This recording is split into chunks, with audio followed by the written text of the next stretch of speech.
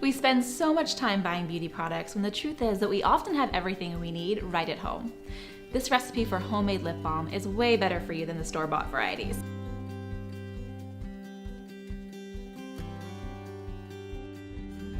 To start, we're just gonna take a small mason jar and we're gonna add our ingredients. First is the shea butter. We're gonna scoop that in there. Then we're gonna take our coconut oil, toss that in.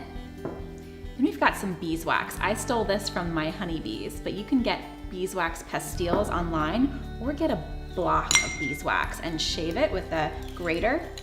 That's 2 tablespoons of that. Then we're gonna add a little bit of vitamin E oil. That's gonna add wonderful healing properties. Now for good measure, if you want, you can add a few drops of essential oils at the end. Another fun tip is, if you want a bit of a pink tinted lip balm, you can add some beet juice. We're just gonna take this now and we're gonna drop it into some simmering water about 2 inches up. We're gonna let it melt slowly over the course of a few minutes, give it a stir, and then pour it into our tins.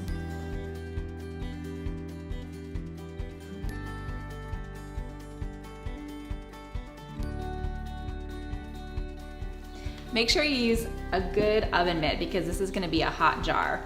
Now I've taken a tin from an old lip gloss and I've saved it and upcycled it so I can refill it with my own special homemade brew. Now if you're going to add essential oils, this is where you would do it. Add 1 or 2 drops of your favorite. And if you want a little tint to it, this is where you'd also add your beet juice. So take your mixture, make sure you've given it a nice stir with a spoon, and pour it carefully into your container. Fill it all the way to the top. Now to help this cool more quickly, you can set it in the refrigerator, and it'll cool in about 30 minutes, and it'll be ready to go. For more modern pioneering tips, like this video and subscribe to my channel.